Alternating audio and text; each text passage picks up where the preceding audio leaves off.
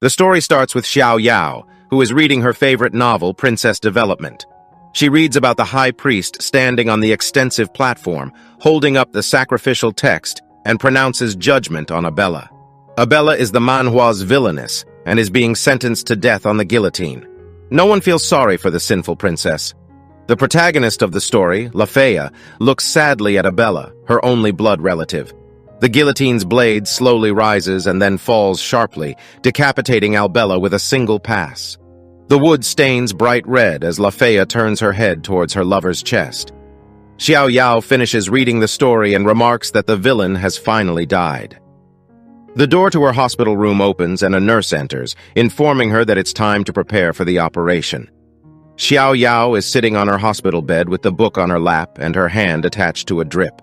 She was suffering from a deadly disease. She sighs and says she is aware of the operation. Xiao Yao looks up at the nurse and asks if she will be able to finish the last chapter of the book after the operation. The nurse looks at her sadly but forces a kind smile on her and says she thinks so.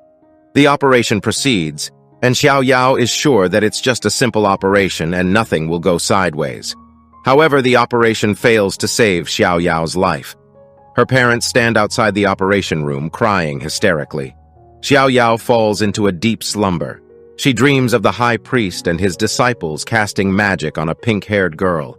She was considered the empire's disgrace, and people didn't like her.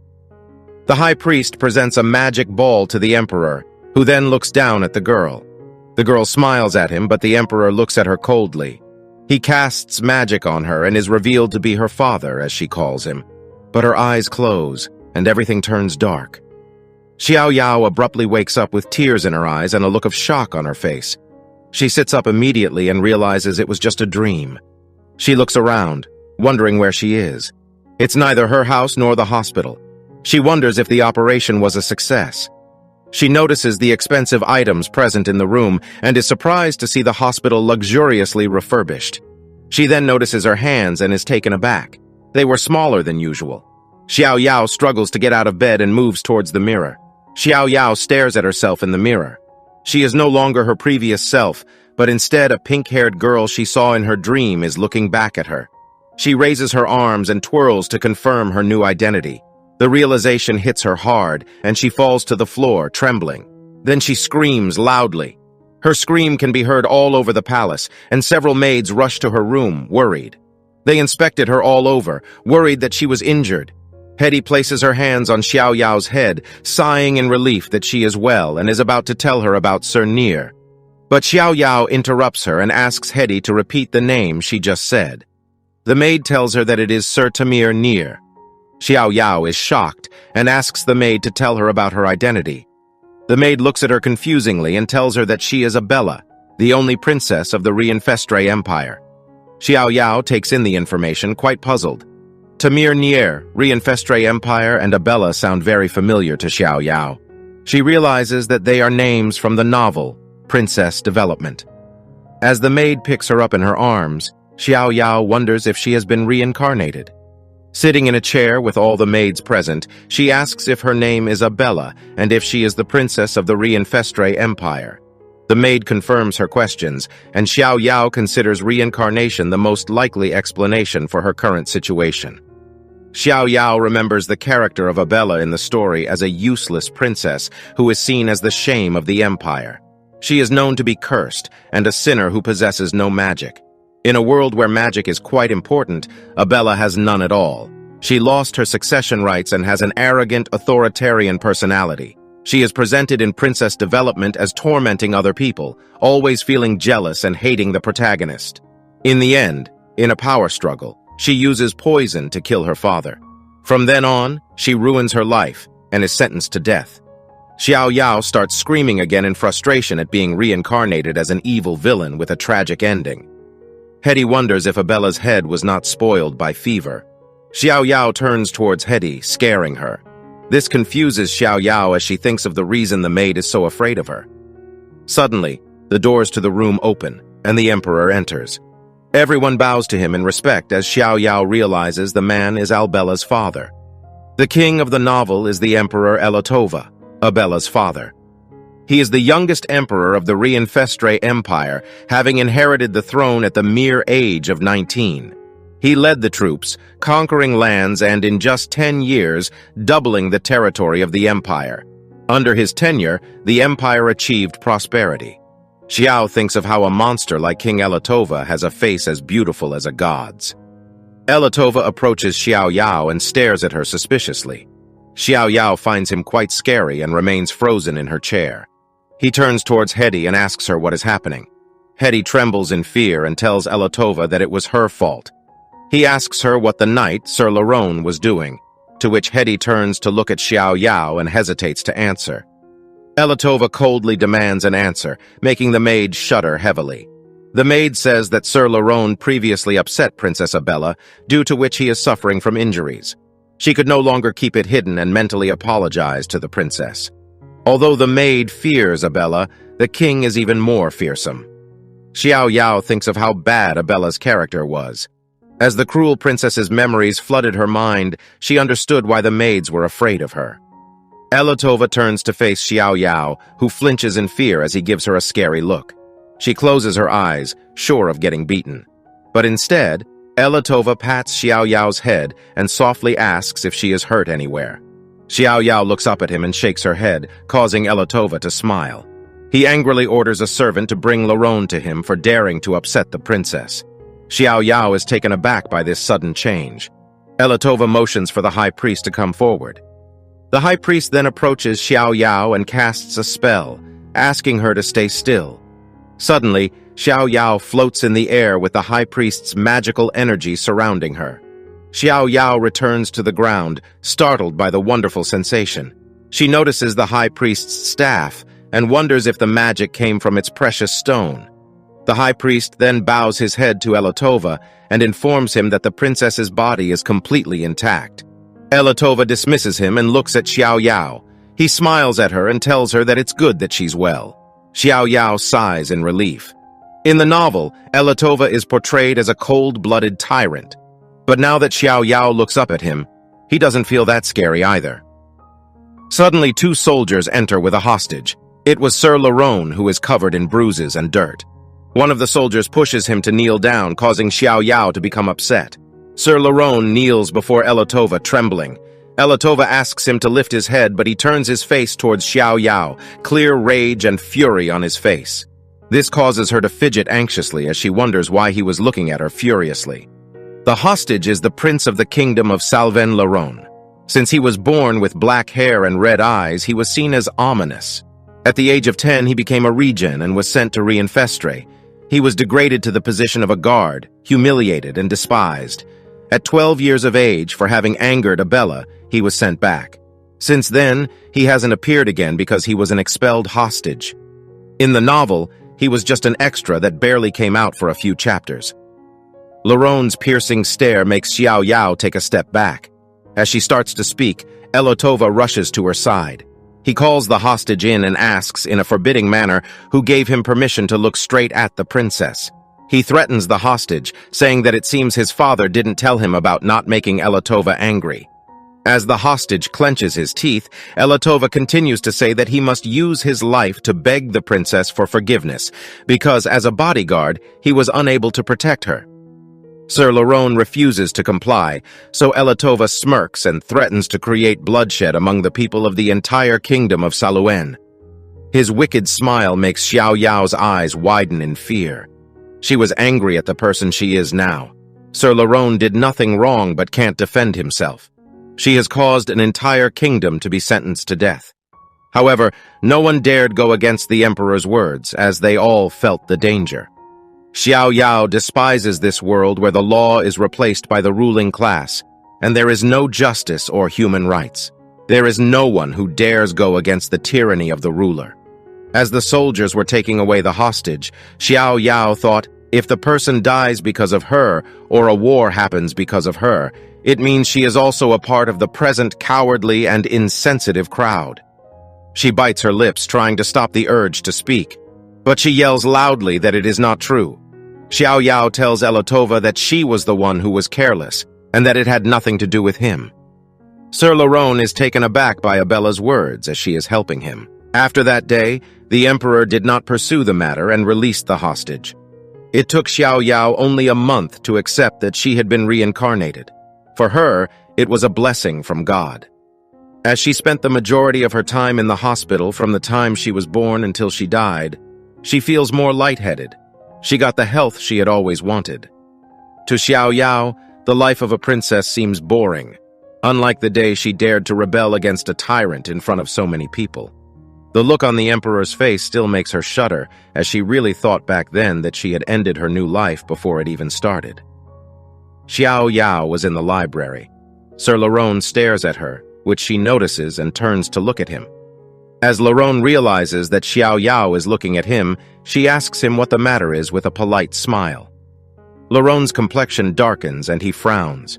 He wonders if it was a new form of torture she was using. In Laron's perspective, she was a Bella, a wicked girl. He swiftly bows down to her submissively, debating its necessity to assure his people's safety. Xiao Yao becomes speechless as she doesn't know what Laron is thinking. But she wants to prove to him that she isn't what he thinks she is. She ponders over the things she has observed in this world. The original Abella's personality is worse than the one explained in the book. People feared her, and no one in the palace dared speak to her. Even her own personal maid was afraid of her. She sighs in wonder at how spoiled Abella was in the original story. She jumps out of her chair, determined to start over by changing the way everyone thinks about her. She approaches Laron. Laron flinches and expects to be hit. But instead, he sees Abella placing her hand towards him. She asks him to get up as she will no longer hit him, and she swears her promise on behalf of her status as a princess. Laron is taken aback by her words. He stares at Xiao Yao, wondering what kind of trick she is using, and doesn't shake her hand. At that moment, Sir Neil enters the library. He asks Laron if that's how he treated the princess. Abella's maid looks at Sir Neil with joy. Xiao Yao remembers him as the only person to stay by Abella's side until the end of the original story. He readily accepts anything Abella says, and will comply with it without objection. He was the only person to remain by Abella's side when everyone was supporting the heroine. He doesn't even hesitate to give his life to protect Abella. Sir Neil approaches them and looks sternly at Laron, who gazes back at him in the same manner. Xiao Yao becomes awkward and wonders if the relationship between them is this bad. Sir Neil turns to face Xiao Yao and kneels. He informs her that he has returned. He hands her a paper to read. The paper is about the illegitimate daughter of the king. Xiao Yao asks Sir Neil if the girl was her oldest sister, which he confirms. Xiao Yao remembers the girl as the heroine of the original story. Her name was Lafia Lawrose. Rumor has it that the emperor, in his youth, gave birth to a girl with a miss from a wealthy family of mercaderes outside the palace. But not long after Lafia was born, the wealthy family suffered a misfortune, and young Lafia disappeared for an unknown reason. She is a princess raised as a commoner. She returns to the palace later and soon becomes the first princess praised by all. The cold emperor was also charmed by Lafia's warmth and kindness. There was no one who didn't like Lafia except Abella. Most of the female characters in novels have only one function, which is to elevate the position of the protagonist. Moreover, the characters who are scheming against the heroine usually don't end well. On top of that, Xiao Yao is now the owner of the evil villainess's body. Abella should have been the only princess of the empire, but the heroine's appearance causes her to lose favor. Her evil and proud personality clashes severely with the heroine's kind and charming one. The end of the story is predictable, with the princess and the prince living happily ever after. And the evil, vicious Abella died under the scorn of the entire world. Xiao Yao shudders at the cruel yet sad ending. In the original book, whenever Abella appears, she is jealous of the protagonist for taking away her father's love. Step by step, she ruins herself. Xiao Yao contemplates avoiding the heroine altogether. According to Sir Neil's perspective, who was watching her read, Abella is saddened by the news. His complexion darkens, but Xiao Yao smiles cheerfully at him and asks when she can see her sister. Sir Neil is taken aback by her words and asks her what she just said. Xiao Yu repeats herself, making Sir Neil crouch down and ask her why she isn't angry.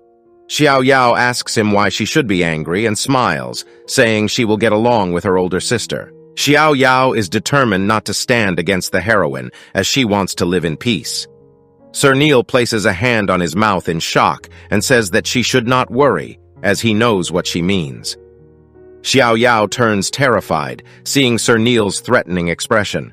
She gestures with her hands, saying that she doesn't want him to do anything to her sister. Sir Neil frowns at her and asks if she is planning on doing something else, like poisoning, drowning, falling, or meeting a bandit. Xiao Yao ponders over how his personality is really the same as in the original story, always wanting to do everything for Abella. It sounds touching to Xiao Yao, but ignoring the protagonist's light is the same as looking for a dead end. Sir Neil fusses over her to plan ahead. Xiao Yao turns to look at Reborn, and the maid is looking at her with the same kind of expression. She is confused as to why they are looking at her like that. Reborn starts laughing, which makes her look towards him. She asks him why he is laughing, but Reborn turns his head away, saying it's not a big deal. She insists, so Reborn hesitatingly tells her that it seems like she really doesn't know what will happen.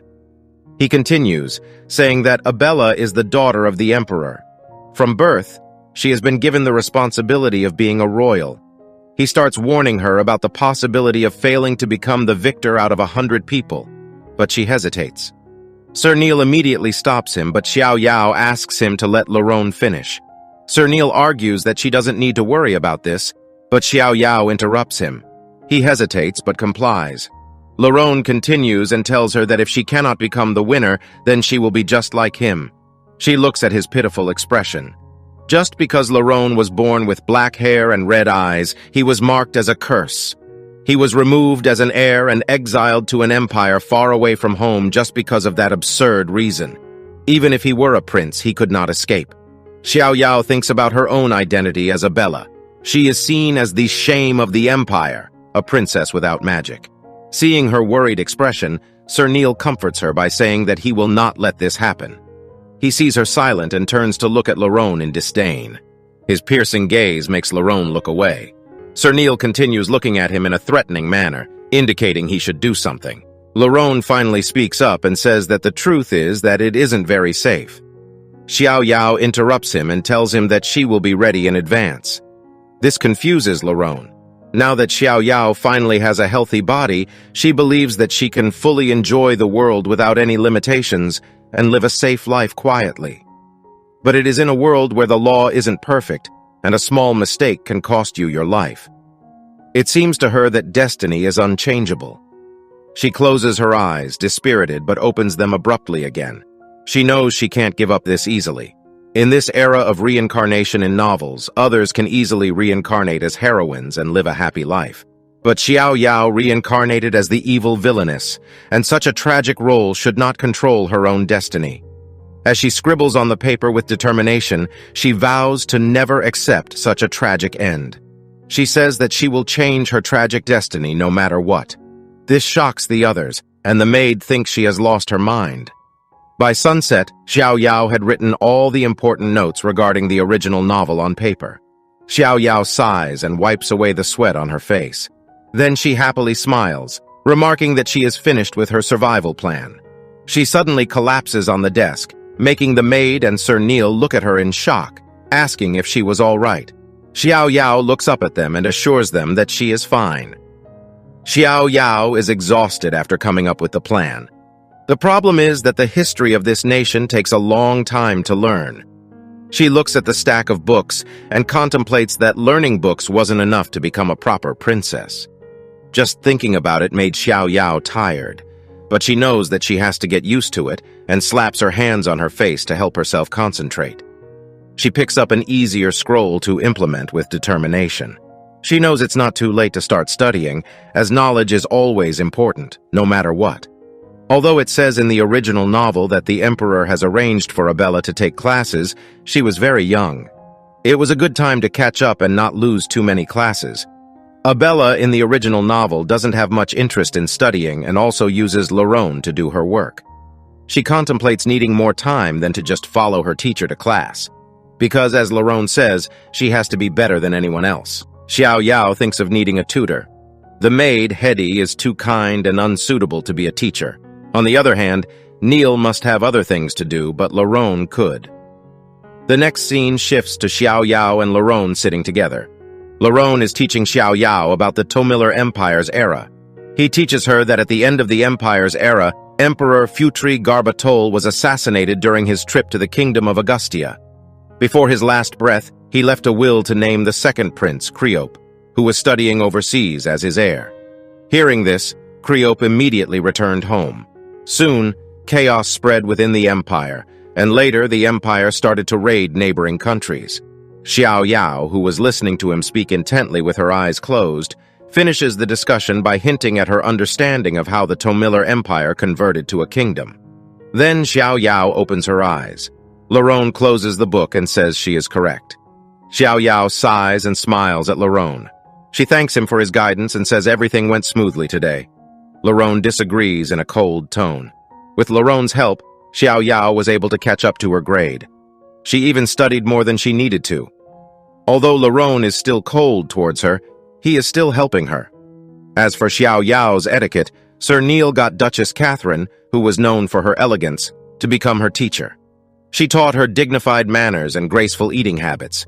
Due to this, her eating habits are now considered acceptable. But besides that, as a princess, Xiao Yao still has many other things to learn, including horse riding and dancing. She thinks with teary eyes that she had thought that as a princess, you'd only eat and play every day. She didn't expect it to be so hard. Suddenly, the door opens, and several maids with refreshments and Sir Neil enter. Sir Neil praises Xiao Yao for working hard and asks if she has completed all her lessons today, to which she replies that she is all done. Hetty signals the other maids to place the refreshments. Xiao Yao's eyes sparkle with joy, but she falters. In Xiao Yao's previous life, her body used to get sick, so she couldn't eat anything. However, in this life, she is able to eat anything and not worry. Hence, she ate a lot of desserts, causing her to become fat. From then on, Hetty didn't allow any dessert to be sent to Xiao Yao's room. Xiao Yao becomes sad, knowing she can't eat any desserts. As she sighs, her stomach starts growling. She clutched it tightly and looked at Hetty pitifully. Her cuteness overpowers Hetty. Hetty smiles at Xiao Yao and says that this afternoon tea has been specially prepared for her, but she signals with her finger, indicating that it is only for today. Xiao Yao is touched and hugs Hetty. She praises her as the kindest woman in the empire. She takes a fork and starts eating a pastry. She loves how delicious it tastes and claims to like desserts the best. Sir Neil and the maid look at her, thinking about how cute she is. She sips her tea and smiles at Laron. However, Laron was staring out of the window. Xiao Yao wonders what he is looking at and turns her face in the direction he is looking at. Kites were flying in the sky, making Xiao Yao wonder if Laron wanted to go outside and play. She smiles knowingly, since he is still a kid. Xiao Yao places her cup down and claps, saying to go and play in the garden. Laron turns his face towards her and stares. Xiao Yao turns to face Sir Neil and asks if they can, putting on a cute expression. Sir Neil agrees. Sir Neil and Laron were chased out of the room because the princess needed to change into her outside clothes. They stood by the gate, giving each other death stares. Suddenly, Xiao Yao calls out for them, and they look at her in awe. She is wearing a stunning light blue dress and running towards them. Hetty is running after her, asking her not to run too fast. As Xiao Yao looks at Laron, he turns his head away, blushing. Sir Neil stares at them both unhappily. He comes in between them, blocking Xiao Yao from seeing Laron. Sir Neil clears his throat and tells Xiao Yao that he has already asked the maid to prepare a kite for her in the garden. Xiao Yao beams at him. A soldier opens the door to the garden and they all follow Xiao Yao in. Sir Neil and Laron still glare at each other in disdain. Xiao Yao turns to see them but notices the obvious fury on their faces. They all start flying kites, and Xiao Yao tells everyone to look at her yellow kite, as it was flying the highest. Sir Neil smiles at her and says that it's obvious because she's the one holding it. Hearing his praise, Xiao Yao smiles pridefully. As she flies the kite, she thinks about how this is the best way to fly a kite. She looks up and notices a blue kite overtaking her. She turns her face to see that the kite belongs to Laron. Sir Neil notices this and turns angry. He uses his kite to knock Laron's kite down. Laron angrily stares at him, to which Sir Neil tells him not to embarrass himself if his techniques aren't up to par. He tells Laron not to disturb Abella's playtime. Xiao Yao giggles at them. She didn't know that Sir Neil, who is described as mysterious and quiet, had such a cute personality.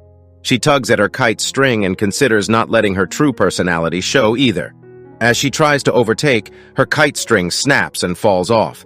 She notices the kite coming down from the other side of the garden.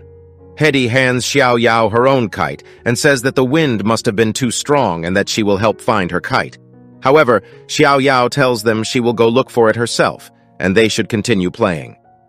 Sir Nigel and Hetty try to stop her, but she dashes. Xiao Yao starts to look around at the trees and bushes. She notices the kite stuck to a gazebo. As she runs towards it, she sees a girl sitting. She starts to think about who it could be since this place was made especially for her. Besides the emperor and palace maids, no one else should be here. As she enters the gazebo, she can now see the girl's back. Her long, golden hair makes her think it was the female protagonist, shocking her. According to the novel, she should only be meeting the heroine half a year later at the ball, but why is she sitting in the gazebo earlier? She starts sweating because she isn't prepared to see her. She shakes her head and discreetly tries to retreat, but her foot lands on a twig, creating a snapping voice. The girl, who is playing with flowers, hears this and turns to see. She stands up and approaches where the sound came from. Her voice stops Xiao Yao in her tracks. She knew it was over for her. She slowly turns to face the girl. The girl tucks her hair behind her ears and curtsies the princess, smiling. The protagonist's flowing golden hair shone as brightly as the sun. Her eyes were exactly like the emperor's. She was the empire's eldest princess, who had lived outside the palace for years and had finally returned. Her name is Lafaya Rose Ravros.